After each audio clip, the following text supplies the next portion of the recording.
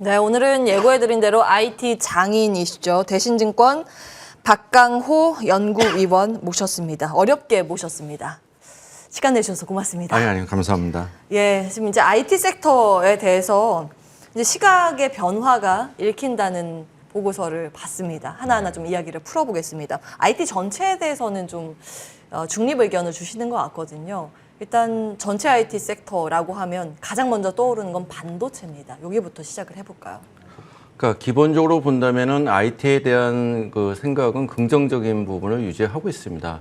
다만 이제 2분기 특히 이제 4월 달 들어오면서 저희가 예상하지 못했던 이제 러시아와 우크라이나 전쟁이 장기화가 되고 있고요. 두 번째는 중국 일부 도시가 또 봉쇄 조치로 인해서 또 IT 디바이스들의 생산 차질이 분명히 존재는 했습니다. 그런 걸 보다 보니까 이제 스마트폰 시장이 예상보다 많이 수요가 약했고요. 그다음에 TV 시장도 여전히 연초부터 수요가 약하게 되면서 업체들의 이제 매출 둔화로 이루어지고 있고, 그다음에 언택트 효과가 많이 줄어들면서 PC 수요도 상당히 추정치가 하향이 되고 있습니다. 예. 또 마지막 미뤘던 이제 서버 쪽에 대한 투자도 지금 2월 된다는 얘기가 많이 나오고 있기 때문에 IT의 전방 수요가 당초 예상했던 것보다는 2분기에서 최소한 4분기로 성장이 좀 유월되고 있기 때문에 그만큼 업체들의 매출이나 이익이 좀 둔화되고 있고 또 시장에서는 거기에 맞춰서 이제 EPS 이익을 하향 조정을 하고 있습니다. 그런 부분이 좀 단기적으로 주가에 좀 부담으로 작용하고 있고요. 반도체 같은 경우도 원래 연초에 봤을 때는 저희가 2분기 말이나 3분기 초에 디램 고정 가격이 반등할 것으로 전망을 했는데 지금 시점에서는 이제 4분기 말이나 내년 초로 좀 2개 분기 정도로 반등 시점이 좀 지연되고 있다. 그렇게 본다면은 반도체의 장기적인 선망은 긍정적입니다. 여전히 클라우드나 서버 쪽의 투자가 계속 이루어질 거로 보고 있고 절대 PC 시장도 늘어났고 DDR5로 전환이 된다면은 반도체에 대한 시각은 긍정적입니다. 다만 아까 말씀드린 불확실한 요인, 그다음에 인플레이션 상승 때문에 2개 분기 정도가 예상보다 좀 부진하다. 그렇게 좀 코멘트 드릴 수 있을 것 같습니다. 예. 2분기부터 그래도 실적이 살아날 거라고 기대했었던 IT 전반적인 부분, 특히 메모리 반도체와 가전 쪽이 2분기보다는 3분기 쪽으로 이제 기대감을 미뤄야 된다는 관점에서 주가 조정이 나왔다고 진단을 해주셨습니다. 다만 이제 긴 관점에서는 괜찮다는 의견이시고 당분간 이제 가격 조정은 가능성을 열어놓아야 한다라는 관점이신 것 같아요. 일단은 이제 어느 정도 주가가 상당히 많이 반영이 돼 있습니다. 그래서 주가 측면에서는 저희가 예상했던 것보다는 낮고 가대한 거는 명확한 것 같고요. 다만 이제 애널리스트 입장에서는 이제 2분기가 부진한 기업들 실적은 하향 조정이 되고 있습니다. 다만 이제 하반기 때 이제 인플레이션 상승, 이 경기의 측면에서 이것이 침체냐, 둔화이냐 그런 관점에서 본다면은 아직까지는 하반기 실적을 크게 조정하지는 않았습니다. 그렇게 본다면은 7월 말에 이제 IT 대형 업체들이 확정 실적을 발표하면서 하반기에 대한 전망을 연초에 봤던 거를 분명히 또 한 번 내릴 가능성이 있습니다. 그렇게 본다면은 추가적으로 하반기에 대한 실적을 7월 말 정도에 이루어진다면은 주가의 반등은 분명히 조금 시간이 걸리지 않을까 그런 생각을 갖고 있습니다. 7월 말까지 나오는 그 실적 데이터를 확인해 볼 필요는 있겠습니다. 하반기 그러나 실적 회복에 대한 가능성을 높게 보셨습니다.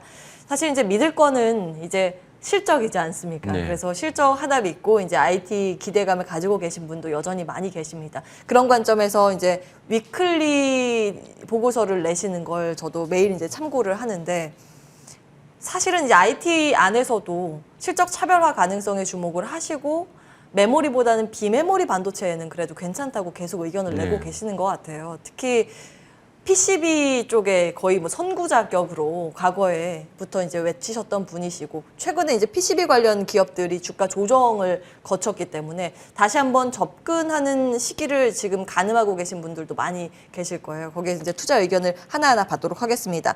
자, 먼저 하반기 애플 신작 기대감 쪽이 솔솔 이제 거론되고 있는데 요 관련 수혜 섹터나 기업은 어떻게 분석하시는지? 기본적으로 현재 시점에서 본다면은 이제 삼성전자 스마트폰이 2분기에 부진했고요. 아까 말씀한 것처럼 PC와 TV 전반적인 수요가 좀 다운이 되고 있습니다. 예. 이렇게 본다면 현재 시점에서는 하반기 때 어느 정도 실적의 가시성이 높은 기업을 봐야 되는데 애플이라는 그 기업이 2분기 때도 전체 스마트폰은 감소는 했지만은 예. 거기에 안에 있던 아이폰 13 프로나 프로 맥스는 이 프리미엄 쪽은 상당히 견조했습니다. 삼성전자 스마트폰도 전체 물동량은 약했지만은 갤럭시 S22 중에서 가장 고가인 울트라의 판매는 전년 대비 2배 정도 성장을 했습니다. 그만큼 이제 시장은 양극화가 돼 있기 때문에 프리미엄 모델은 상당히 판매는 양호하다. 그렇게 본다면은 아이폰 14 9월 달에 출시되는 프로와 프로맥스 9에 포커스 맞춘 이 생산 물동량은 변화가 없을 것으로 저희가 전망하고 있어서 거기에 관련된 기업을 보시는 게 좋을 거고 그렇게 본다면은 당연히 이제 LG 이노텍이 광학 솔루션 카메라 모듈을 제일 많이 공급을 하고 있고 작년에도 이제 센서 스위프트라는 기능이 들어가면서 평균 공급 단가가 상승했는데 올해는 메인 카메라가 화소수가 1,200만에서 4,800만으로 상향이 조정이 됩니다. 그러면 또 평균 공급 단가가 증가하기 때문에 LG 이노텍이 2분기도 유일하게 대형 IT 업체 중에서는 컨센서스로 상회하는 호실적이고 3분기, 4분기도 전분기 대비 전년 동기 대비 증가하기 때문에 그런 기업에 좀 국한해서 볼 필요가 있다고 보고 있습니다. 예, 역시 애플의 탑픽은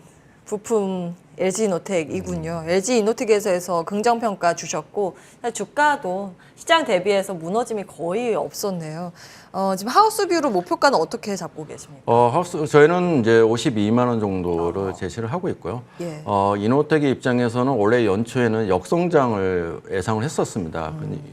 영업이익 측면에서요. 예. 그렇지만 1분기, 2분기가 아까 말씀드린 아이폰 프리미엄이 좋았고 내년도에는 또 아시겠지만은 그 아이폰 15의 메인 카메라 중에 하나가 프로맥스가 폴디드 카메라고 고배율 줌으로 이제 전환이 됩니다. 예, 또 한 번 이제 네. 공급 단가가 증가하기 때문에 LG 이노텍 입장에서는 상당히 실적 좋은 게 있고요.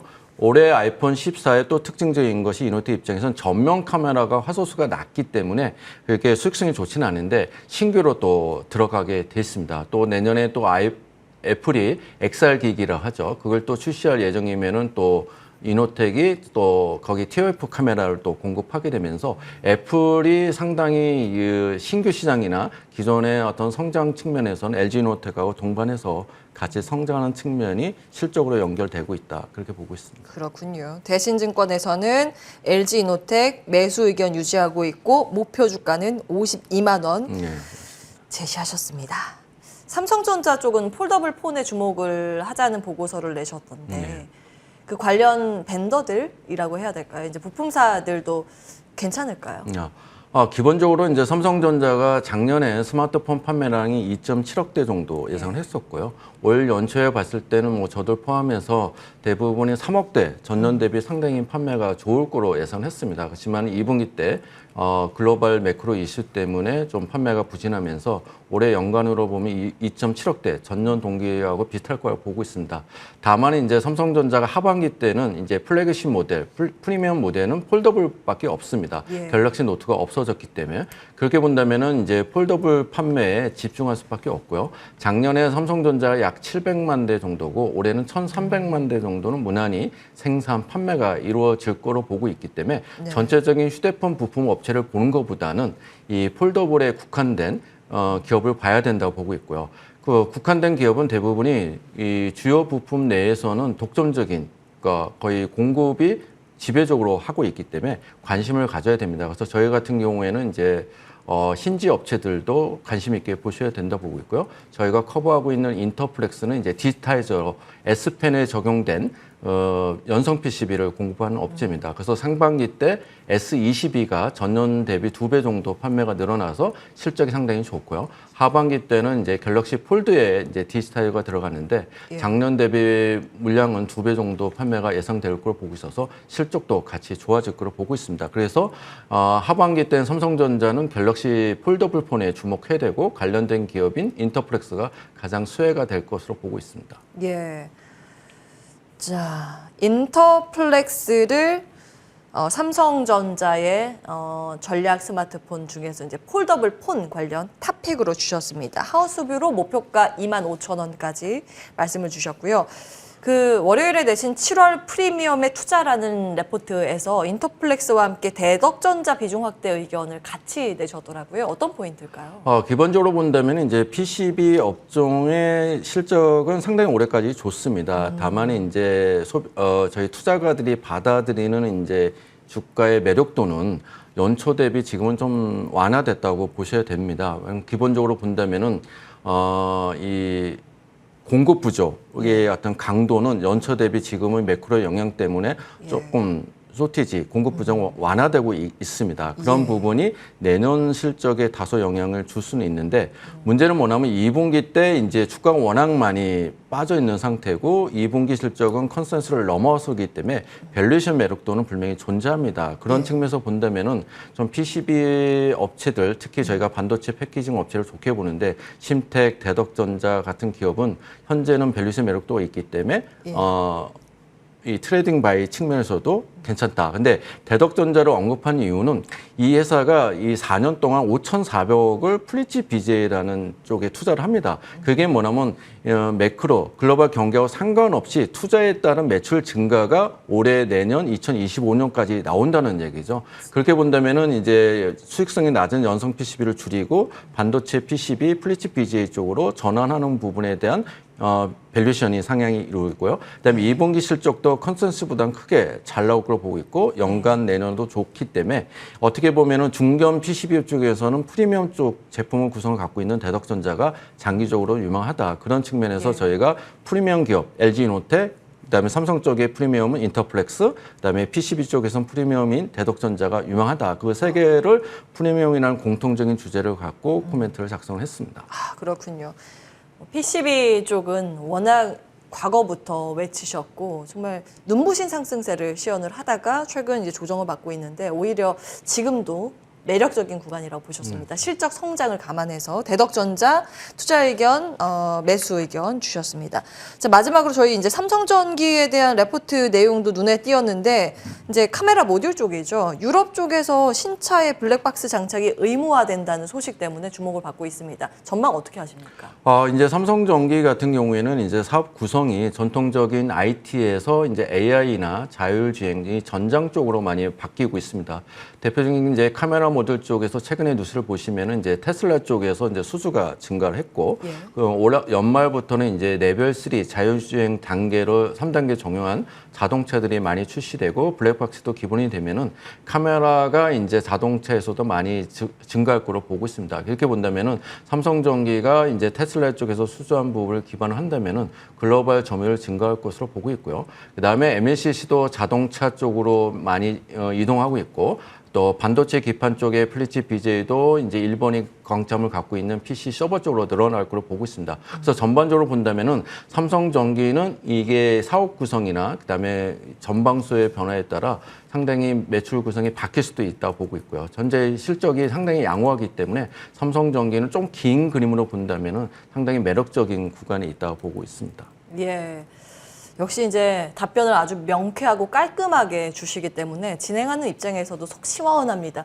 혹시 시간이 되시면 저희가 고정적으로 한 달에 한 번 정도 모시고 싶은데 괜찮으실까요? 네, 감사합니다. 바쁘시겠지만 네. 그러면 방송 중에 약속하신 걸로 저희가 간주하고 스케줄 조정해 보겠습니다.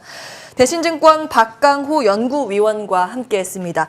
자, 출발 성공 투자 여기서 같이 마무리해야겠네요. 시장에 낙폭이 깊게 나오고 있습니다. 리스크 관리 MTN과 함께 오늘 철저히 하시기를 바라면서 인사드리겠습니다. 끝까지 시청해주신 여러분 고맙습니다.